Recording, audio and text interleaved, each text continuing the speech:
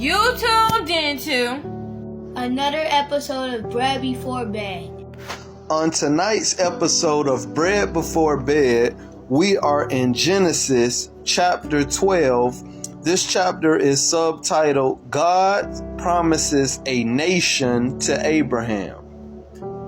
Now the Lord had said unto Abraham, Get thee out of thy country, and from thy kindred, and from thy father's house, unto a land that I will show thee.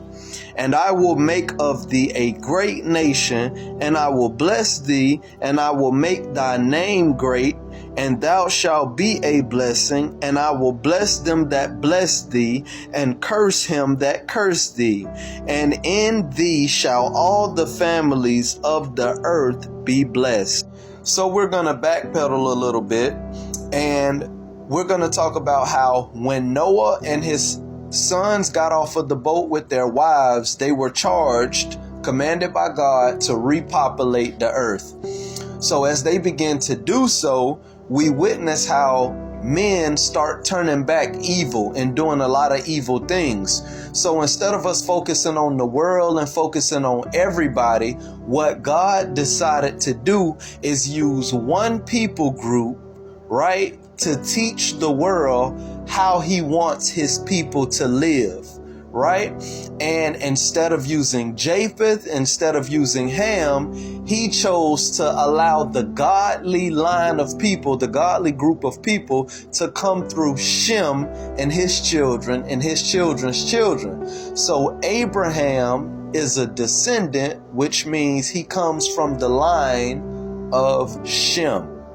So when God decided to establish and use his people group as an example, the father of the people group, which we will learn is the Jews, the Jewish people, is Abraham, Father Abraham.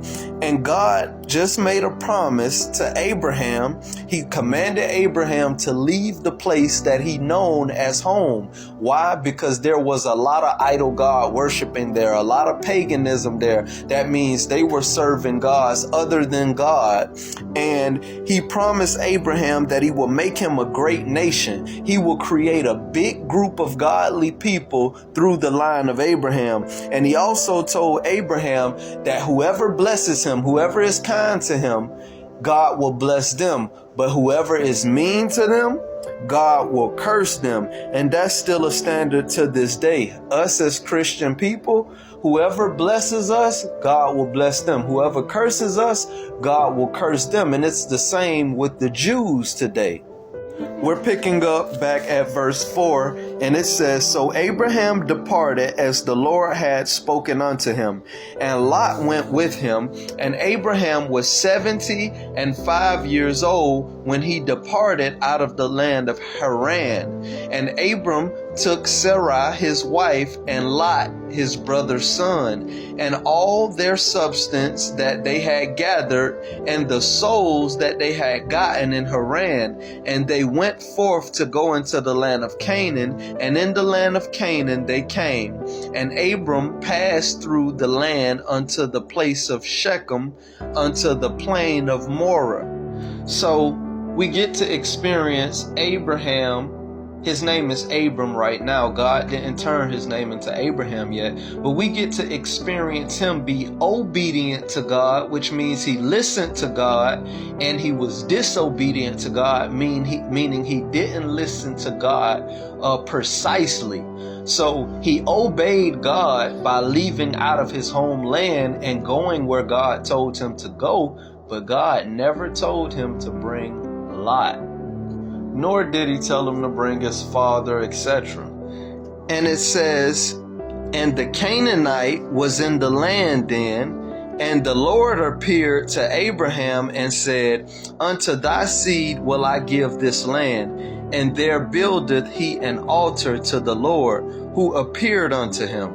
So basically, God just told Abraham that to him and all of his lineage, all of his family members and descendants after him, they're going to possess the land of Canaan as their property, as being children of God.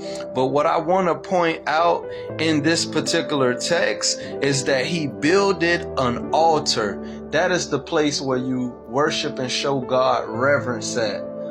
Also, we're going to get into discussing sacrifices a little bit later. Verse 8 reads, "And he removed from thence unto a mountain on the east of Bethel, and pitched his tent, having Bethel on the west, and Hai on the east. And there he builded an altar unto the Lord, and called upon the name of the Lord. And Abram journeyed, going on still toward the south. And there was a famine in the land, and Abram went down into Egypt to sojourn there, for the famine was grievous in the land. And it came to pass, when he come near to Egypt, that he said unto Sarai his wife, Behold, now I know that there are a fair woman to look upon. Therefore it shall come to pass, when the Egyptians shall see thee, that they shall say, This is his wife, and they will kill me, but they will save thee alive." So basically what happens is, the place where Abraham was living, there came a food shortage, right? But I want you to pay attention to this. When you have a problem in your life, the first thing you need to do is seek God. When the food shortage came, instead of Abram seeking God, the first thing that he did is he got up and left from the place that God told him to stay at. Then the second thing is, because he stepped outside of the will of God and went somewhere that he had no business going, one incorrect move in your life, or one bad decision, leads to you making more bad decisions, because now he's put in a position where his wife is so beautiful that he's worried about other men killing him and taking his wife. That's how beautiful she is. But he would have never been put in this position where he had to lie if he would have simply did what God had told him to do. So when you make one bad decision in your life, it always leads to you making more.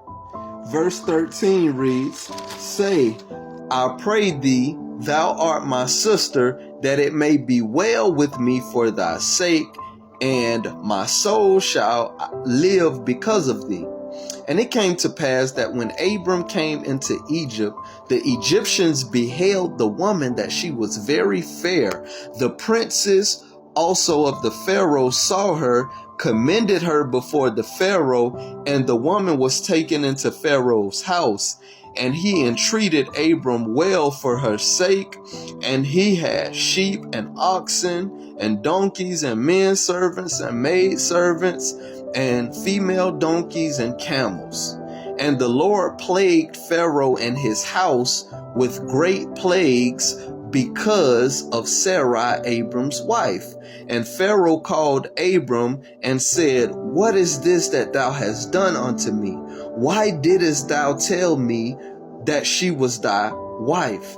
Why saidst thou, she is my sister, so I might have taken her to me to wife? Now therefore, behold thy wife, take her and go thy way. And Pharaoh commanded his men concerning him, and they sent him away, and with his wife and all that he had. So once he entered into his land, everybody seen how beautiful his wife was, and they was like, wow, we got to tell the Pharaoh about her. That's just how beautiful she was. So when they told the Pharaoh, Pharaoh instantly was like, man, I got to have her.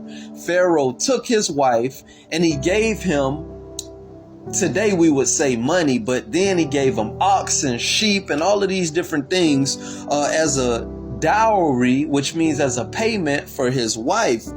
So once Pharaoh took her, because God didn't want there to be defilement, which means adultery, or his wife sleeping with the Pharaoh, God plagued the land. And because his wife got took, that was classified as a curse unto him. So just like we read before, when God made the promise, blessed are those who bless you and cursed are those who curse you, these people just got cursed for cursing Abraham.